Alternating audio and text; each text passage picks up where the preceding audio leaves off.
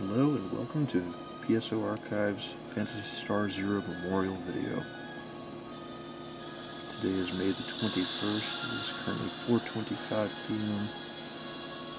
Phantasy Star 0 has gone offline, sadly. Yesterday was Nintendo's big cutoff date to close their Wi-Fi Connect servers for both Nintendo DS and Wii titles. Interestingly, everything for the most part seemed to go offline when they claimed it would, which was somewhere roughly around 10 a.m. Eastern Standard Time. Phantasy Star 0 was still online though last night, in true Sega fashion. It was one of the last titles to actually go offline on a Nintendo console, much like Phantasy Star Online Episodes 1, 2, and 3 on the GameCube. I actually got in a nice quick game and free play last night with a couple of players, one named Go-Go, the other one was Yamato. It's really sad this is offline though. I just tried connecting a few minutes ago to see if it was still up, because word was that this may have been powered by third-party GameSpy server as opposed to purely running off of Nintendo Wi-Fi Connect, which seemed likely. Sega had used GameSpy servers in the past with certain titles. But yeah, 11:30 p.m. last night, I was playing on this with those two individuals. The game was working then. It was kind of sad because previous weeks I've been trying to get in some online play with this game, and I was consistently only encountering this one Japanese player whose name I'm sorry to say I am not recalling at the moment. But he was playing as a Qcast, I believe. It's sad. That's just how it goes with online titles. I'm sure somewhere out there, someone's bound to bring back a server to play this online again. But, will it be the same? No, not really. Because when you start dealing with things like that, you're talking about having to have an action replay or some other cheat device in order to input codes that will force the game to redirect the IP address it attempts to connect to. And there's a lot of obstacles to be overcome, if and when someone tries to replicate a server for this, regarding how Nintendo Wi-Fi Connect actually functioned. If we try to go online right now, I'll show you real quick.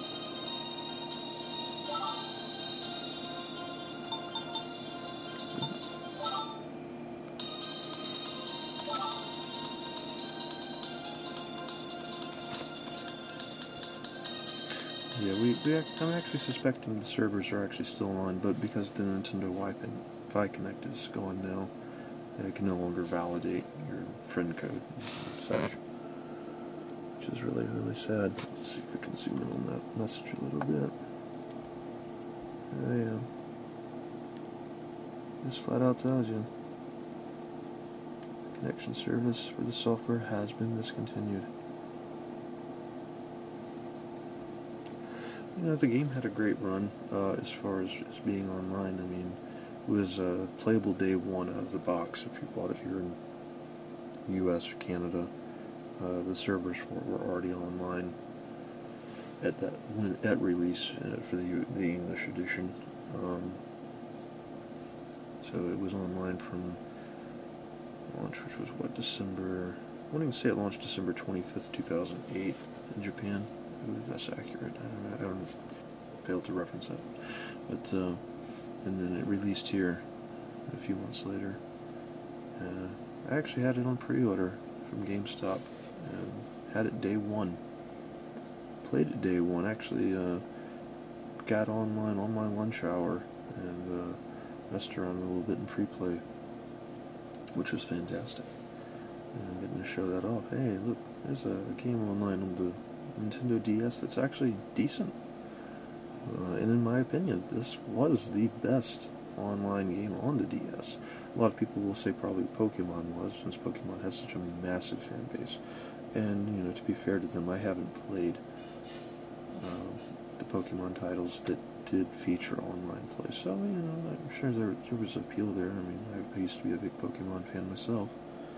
Back when Red and Blue were out. Oh my goodness.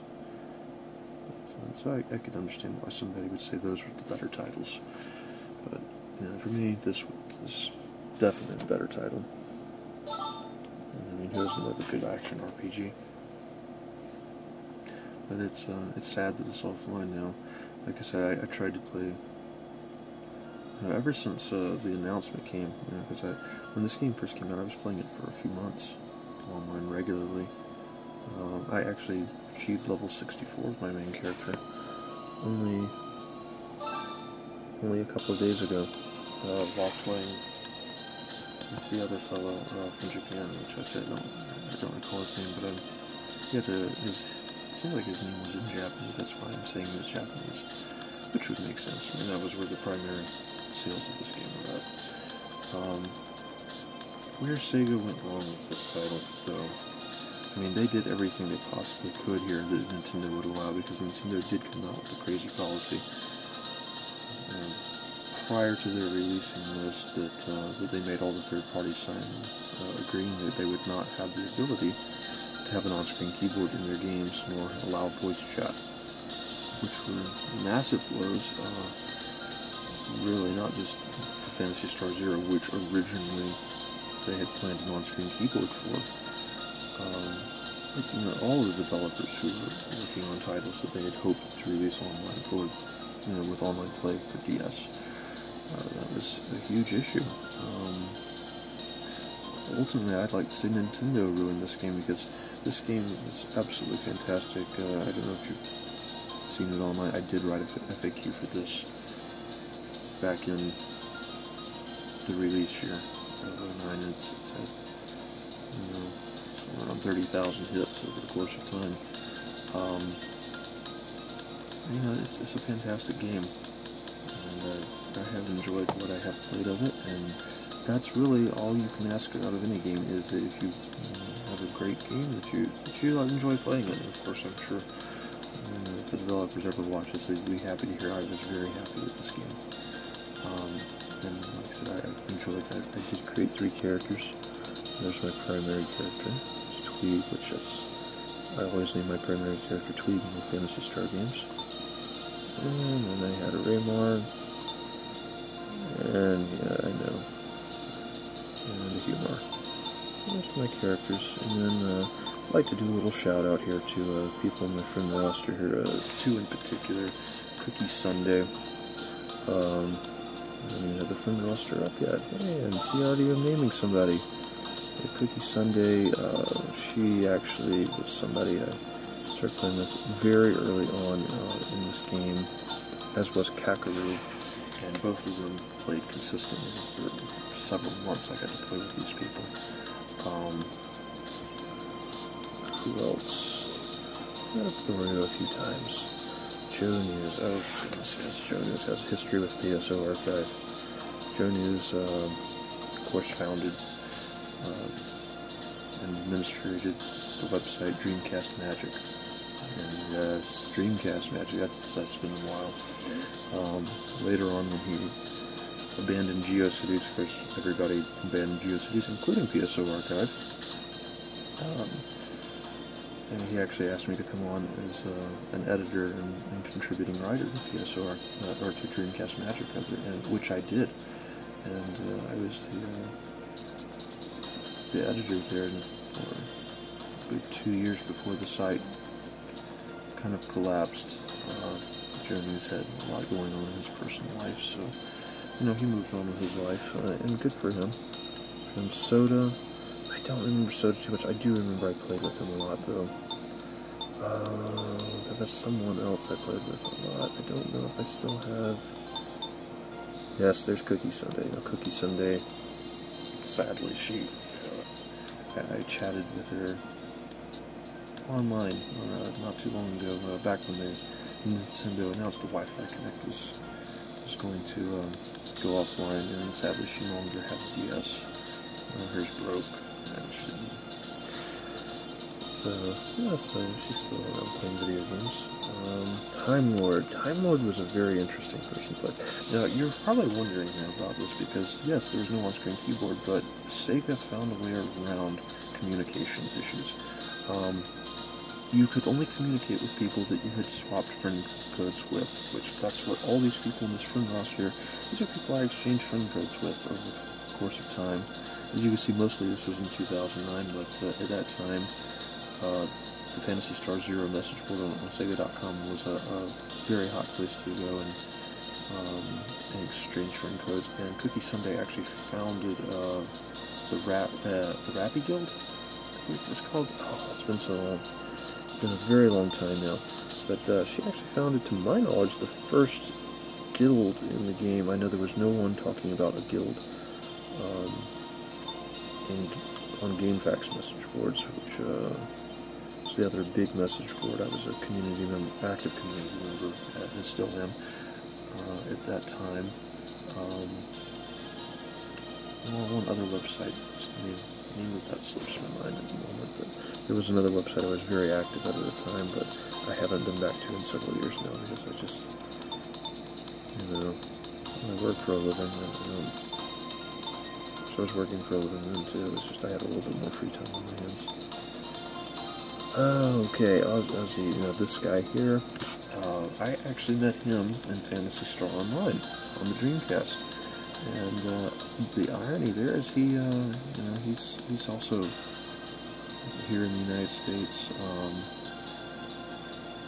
and I've actually kept up with him online. We chat every now and then. Yeah, we actually bought into Phantasy Star 0, and we got to play a bit, we weren't always on at the same times. Chris5687, okay, another shout out here because Chris5687, again, someone I met through Phantasy Star Online on the Dreamcast, also brought on by Joe News to be a writer, contributor on on the Dreamcast Magic website. So we not only had met and we were already communicating, infrequently, but then we actually got to kind of work together, and that was always fun. I enjoyed my days of Dreamcast Magic. Yeah, there's a lot of good memories about Dreamcast Magic, and we didn't necessarily do a whole lot. We weren't memorable, perhaps. In the grand scope of the Dreamcast community, but while it was there, it was great. I really enjoyed it. McFly, someone I ended up playing a good bit with, because I took a break here. If you'll notice here, the 2010 dates. I don't know if you can see that or not. No, that wasn't where I took a break at, but yeah, all these were people at some point I either did play with, or we at least exchanged friend codes. I did autosave. I played with him a lot. And I apologize to anybody who I'm just kind of skipping over because it's been 4 years, that's one I added just recently. I never actually did play with them, but we did trade friend codes on GameFAQs. Kinda sad. Let's see how, okay, we'll back out of that. Ooh, stands wanting to move here. So we can zoom in a little tighter. Okay. Let's see real quick, we're going to go to story mode just so that I can show you. And of course, if you have a friend who has a copy of this, or if you and a friend wanted to buy a copy of this, you can still do wireless local play. So it's not like you're completely without the ability to do the exact same missions you would have had online, which is fantastic. And that's one of the good things about this. Okay, this is how Sega bypassed Nintendo's restriction regarding not being allowed to have on-screen keyboard or voice chat in a game. this is brilliant right here. This is called visual chat, and of course the way Sega described this to Nintendo, in the proposal for, hey, this is a game we want to get licensed for your system, they said, oh look, we can, people can draw like smiley faces and share just, innocent little images and whatnot, and it works a lot like symbol chat did in Phantasy Star Online, so you actually get to draw on the screen. But you know what? You can do a whole lot more with this. Let's see. Do forgive me, it has been a while since I've actually gotten the opportunity to use visual chat. Yeah, chat log. And so you actually would have a chat log just like in Phantasy Star Online. And in many ways, this game was Phantasy Star Online. One of the lead designers for this game was actually someone who had been on the Phantasy Star Online staff at Sega. And I'm terrible with names, so don't ask me who that was. I'm trying to remember. Yeah, here we go. So, you could save things to reuse. So, here's my little congratulations for, from when somebody leveled up. This is from when I died. And this was the nifty thing now. If you really, let's see if I can get a zoom in here, the top screen. I'll give you all a much better view of that. Okay, so again, that was what I would play when somebody would level up in the team. If I died, or somebody else died. Just thank you. Of course, this was all because I played Phantasy Star Online, so there were certain abbreviations. YW was your welcome. Oh yeah, and then of course this is my shout out here to PSO Archive, because you could really do some detailed stuff in the shortcut editor for the symbol chat, visual chat, and you could be very meticulous, and you could go in there, and if that right there, I can't tell you how many hours that took to make. To get that spot on accurate on the pixels on the screen with your stylus. Oh yeah, we're not even going to go there. But yeah, that's actually done with the stylus, and it is designed to not look like it's done with the stylus. But then you could save other people's symbol chats, which was awesome because there were some incredible symbols. Yes, here we go. Okay, this is Cookie Sundays, the Rappy Guild. And if you remember the Rappy Guild, you had to save this symbol chat. And of course I don't mind because it looks pretty awesome. And then of course in December I was doing Merry Christmas. So let's see, this gets into where I was trying to go to. This is how they bypassed being able to chat with people you were in a game with, because this touchscreen is incredibly conducive to accepting cursive handwriting. So if you know how to do cursive handwriting, I mean seriously, you could just write something out, boom. And I cannot tell you how many hours I spent just having chats with people in Phantasy Star Zero, just like the old days on Phantasy Star Online. You'd stand around the lobby and chat all day, except in this stage you'd get in a game with some people and, that you had swapped friend codes with, and oh man, you could just stand around and chat for a long time. Of course, then I have some other good stuff here we'll show you. I didn't have many because I didn't encounter a whole lot of people. And you had to have shared friend codes with people in order to have saved any of the symbol chats. Matter of fact, you couldn't just randomly use your symbol chats. So these symbol chats I'm showing you now, you could only share these with people. Okay, sorry. Yeah, you could only share chat special chat symbols that you had pre-done if you were in a team. Friend to code team. It couldn't be done in free play. Free play mode online was. I wish I had a recording of that. I'm hoping someone on YouTube will have that for future generations to see. I was really hoping to get this recorded yesterday, but work prevented that. And then when I dug out the camcorder, of course, the battery was dead and the charger was misplaced. Don't we all know how that goes? Okay, but here's some nice stuff I saved from some other people, and if you've never played Phantasy Star Zero, you will not get this reference in the next one. yes, someone really did make that. Once you've played through story mode, you'll understand. And then next two are basically the same thing, but somebody actually, and I don't know if it was the same person who created them translated it or just what, but this is, of course that's in Japanese, and then this is the exact same image, but supposedly this is what the Japanese says. I love PS0, and of course we did. We all did. We were playing it and we were having a good time. But yeah, those are two of the, well, one of the, I mean, and of course that's done the exact same way I did what made it look like typed font.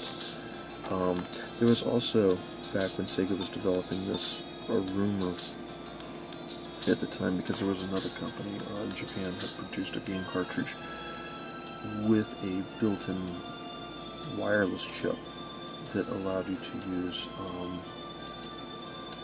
an unofficial Nintendo peripheral with the DS, and for the life of me I don't remember what that was now, but there was a lot of talk back at the time, because Phantasy Star Zero was in development and it had been announced that they were going to include something akin to a Bluetooth chip in the Phantasy Star Zero cartridge, because Nintendo had no regulation against you doing something like that. But that didn't happen. And of course we were all very sad, because if they had included a Bluetooth chip, that would have allowed you to, theoretically, if they'd done that, would have allowed synchronization with a Bluetooth keyboard. And that would of course not happened, because they were a Nintendo licensed third-party developer, and if they had done that, they would have broken contract with Nintendo, sadly. But it would have been awesome, and all the fans, including myself, would have absolutely loved that, and had to go out and bought Bluetooth keyboards. That's how awesome that would have been. That address has actually changed too. It's if you are watching this and you've never been to my website, the address is now segaforums.com/hosted/PSO Archive. We also have a sister website, which is www.psoarchive.com. They are not the same site. They do not have the exact same content, so I encourage you to visit both sites. The psoarchive.com is administered and operated by Susaneko, who is a former PSO player, PSO and PSU player, now PSO2 player, who used to be a site moderator and content provider on the PSOQuest.com website. If you're not familiar with PSO Quest, then you probably were not playing Phantasy Star Online back in the Dreamcast era, but it was fairly legendary for anyone who was playing back then, and a very mysterious site, because it went offline one day and simply left a screenshot from Phantasy Star Online, and that remained up for well over a year. So there was a bit of intrigue there, but Susaneko, great guy, fellow fan of the franchise now. He never owned a DS, so he probably won't be in on this, but hopefully one day he'll go out and pick himself up a Nintendo DS, so he can enjoy a copy of Phantasy Star Zero. Hey, we can get him in on the fandom here.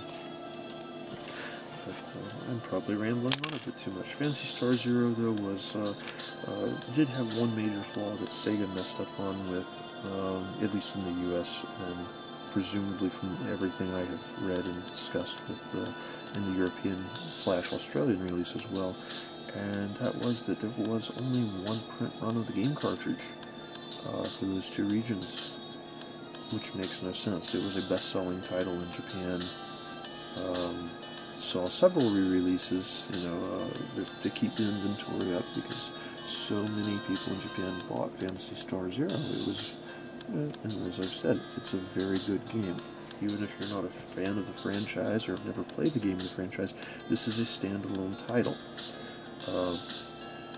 Now, there was a very, very detailed essay written by a a fan of the Phantasy Star franchise in general, who tied together Zero with basically every other game in the franchise. But you would have to have knowledge of every game in the franchise to even understand how that would be possible. So, like I said, this was designed as a standalone game, but there's a lot of references in the game. Vague references, really, because they're not attempting to make it a canon tie-in with any of those other Phantasy Star games. They're just doing that as a kind of a fan reference, so if you were in the know, and you got a little something out of it. Yeah, but that was their big flaw.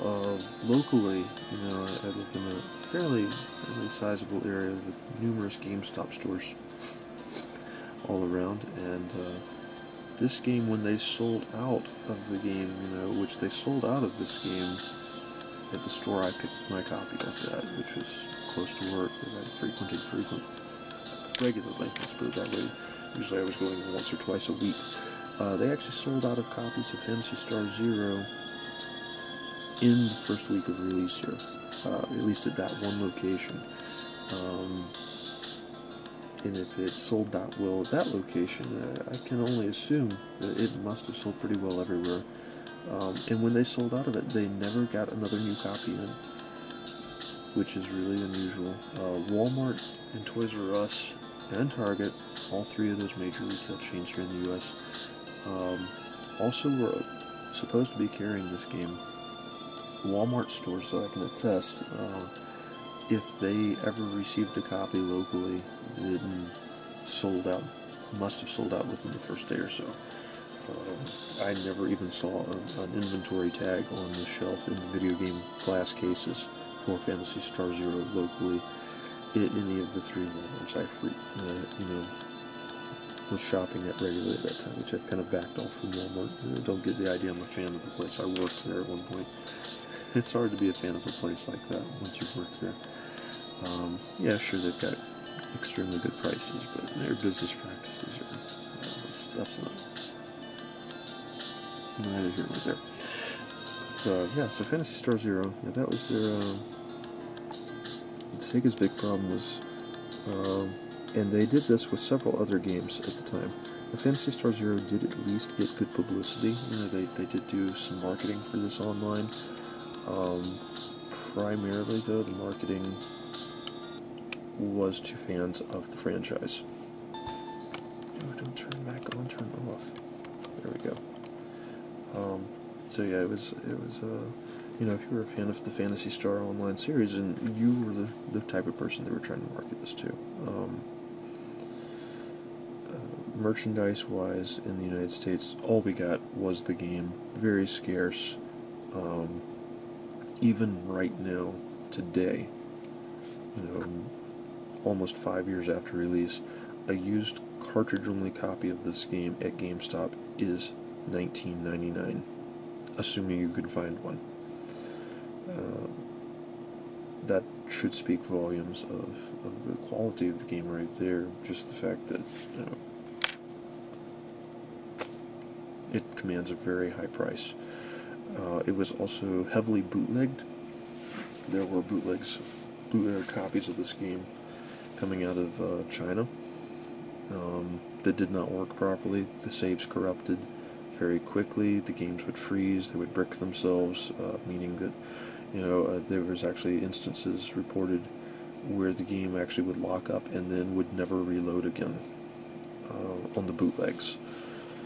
So, very interesting little story with that, because obviously, you know, if the Chinese could figure out that there was a high demand for this game and Sega couldn't, it says something was seriously wrong at Sega, which we know something was seriously wrong at Sega of America at this point, and Sega of Europe during this time period, because there were other games Sega was developing for the Nintendo DS, some of which had been getting quite a bit of attention in editorials in major gaming publications, including Nintendo Power, that just never I like they may as well have not released them, because when they did, the quantities were so limited, and the release dates got delayed so badly that nobody really knew they came out. Unless you had pre-ordered the game several months in advance of its originally scheduled release, you probably never even knew it was released. Prime example of this, Infinite Space, first-party Sega space sci-fi RPG, which absolutely looked fantastic, was extremely well hyped in Nintendo Power for at least 2 issues, got a little bit of attention from GamePro magazine. I don't know, I didn't read every magazine back then, but those 2 in specific gave that game a lot of attention. And then the release date got delayed by several months, and it kind of dropped into obscurity, which is sad because at that time Sega was actually taking out full-page ads in Nintendo Power to promote that game, and then it did not release on the date they had scheduled it for release. I don't actually know what this exact date is. I'm sure you could look on GameFAQs or some other website and find release date information, but it did not release when it was supposed to. I do remember going into the GameStop near work and asking about the game the week it was supposed to come out, and being told by the store manager that the game release date had been changed to be determined. And I did not know for almost 2 years the game actually did get released. Matter of fact, I to this day have still never seen a copy of that in the GameStop near work, not even used. Walmart never carried it, a lot of places never carried it. It commands a very high price on the resale market, simply because most people never knew it even came out. Rumor has been for the longest time, and it's probably very accurate, that no more than 10,000 copies were made for the U.S. and Canadian market.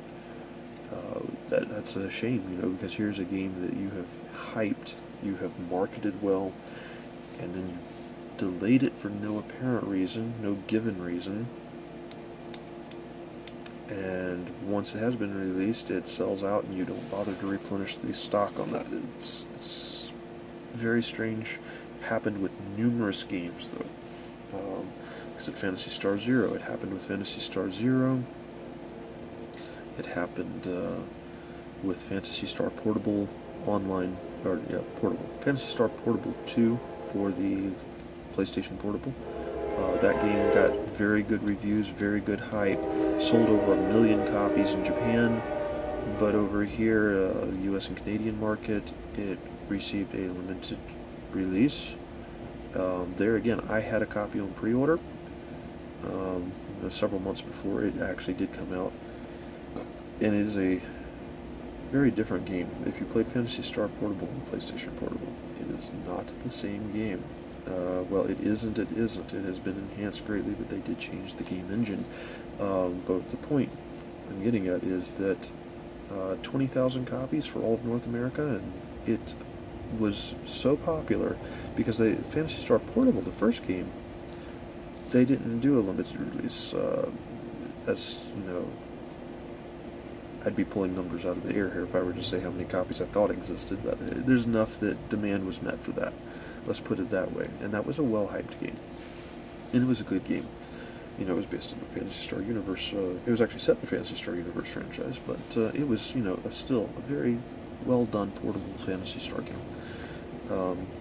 Phantasy Star Portable 2, that, I honestly, I can attest to you, I had a copy on pre-order, and the day I went and picked it up, the store manager told me, he said, he's like, you were the only, your copy is the only copy we received. And he's like, I could have sold it 3 times already, of course, but you had a paid, down payment on this on pre-order for several months now. And he's like, but they didn't send me any additional copies.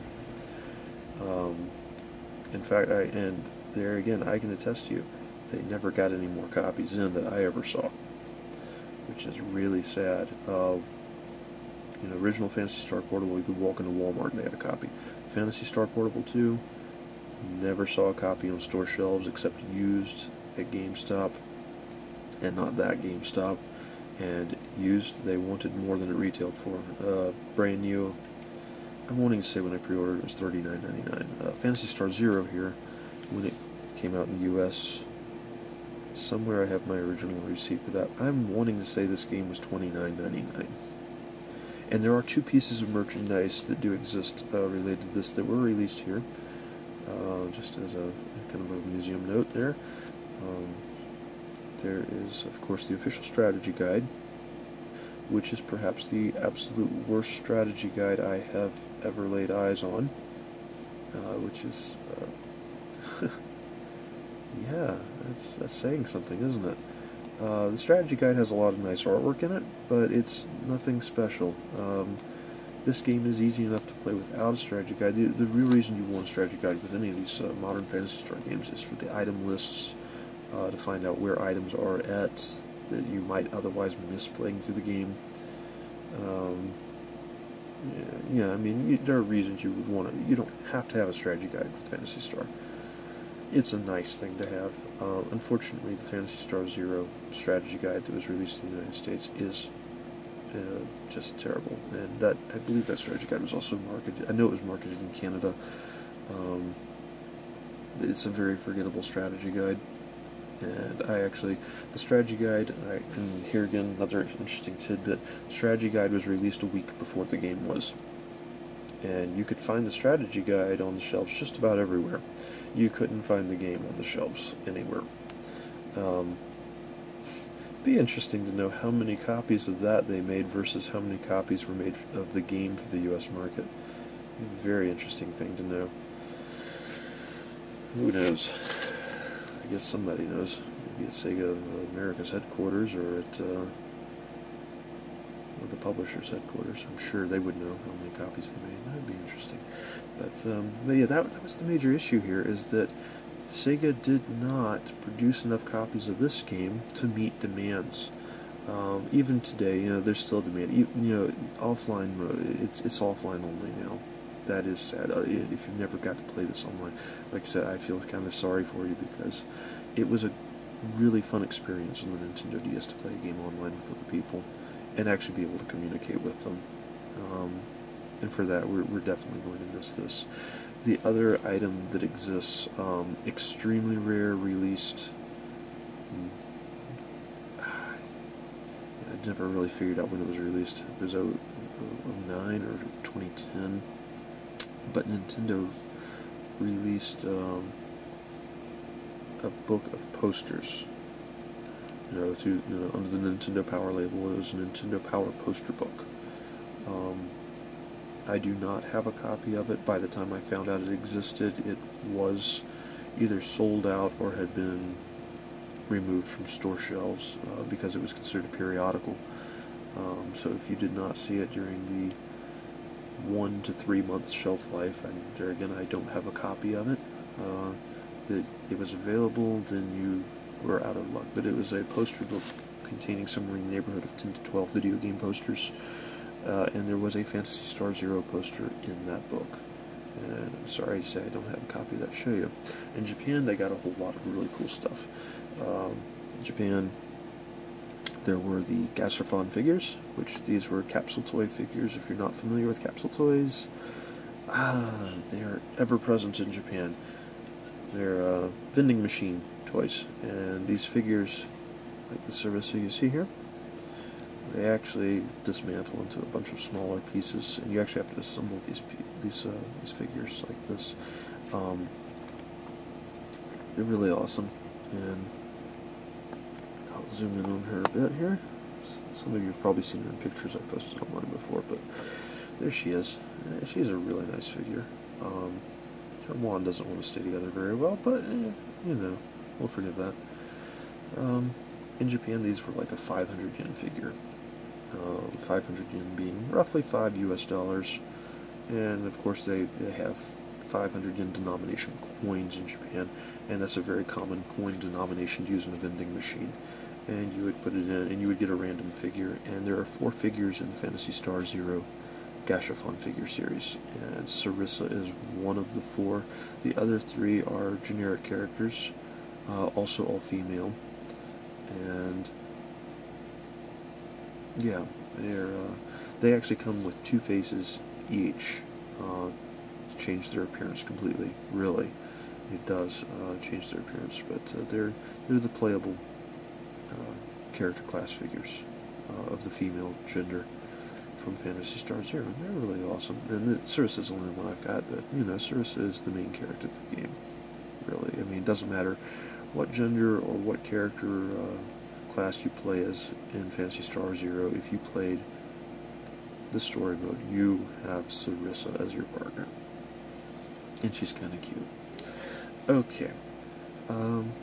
Also in Japan, though, they had of course, the official soundtrack CD set, which is 4 CDs. There's a poster. There's more for advertising purposes. Actually, 2 or 3 advertising posters. I mean, that's promotional merchandise, though. That's not really something we would consider merchandise. Like you go out to the store and buy it. But they actually got 2 completely different strategy guides from 2 completely different, publishers. Because in Japan, they don't do exclusivity licensing like they do here in the United States. In the United States, if there's going to be a strategy guide for a game, one specific publisher is going to pay exclusivity rights to the video game developer or publisher, and their strategy guide will be the only strategy guide. In Japan, they will license the right to you to make a strategy guide, but you don't get an exclusivity contract. So there are 2 different strategy guides in Japan for Phantasy Star Zero. Very thick-looking guides. I don't own either of them, sadly, or I'd show them here in this video. But I'm sure they got a much nicer strategy guide than we did, because the one we had was abysmal, had typos, bad information. It's one of those sort of things that you want to own it just for collector's purposes, but as far as actually playing the game, it's not very useful. Let's see, what else did they get in Japan? Let's see. Oh, there's an official comic book. Now, I actually have that on order right now, and eventually you'll be able to see that on the website, but not today, not tomorrow, because that's just how slow shipping is in between the US and Japan when you opt for surface mail. But there is an official comic book. It's by Bros Comics, who also did several officially licensed comic books for the Phantasy Star Online franchise, the Phantasy Star Universe franchise. It'll be interesting to see how that looks. I have some of their other works, and I mean, I can't read them. I can't read Japanese, I'm sorry to say. I would love to learn that. That'll have to wait till the future. But yeah, so Phantasy Star Zero, fantastic. Played it, and if you have played it, well, like I said, this is kind of my little memorial to it going offline.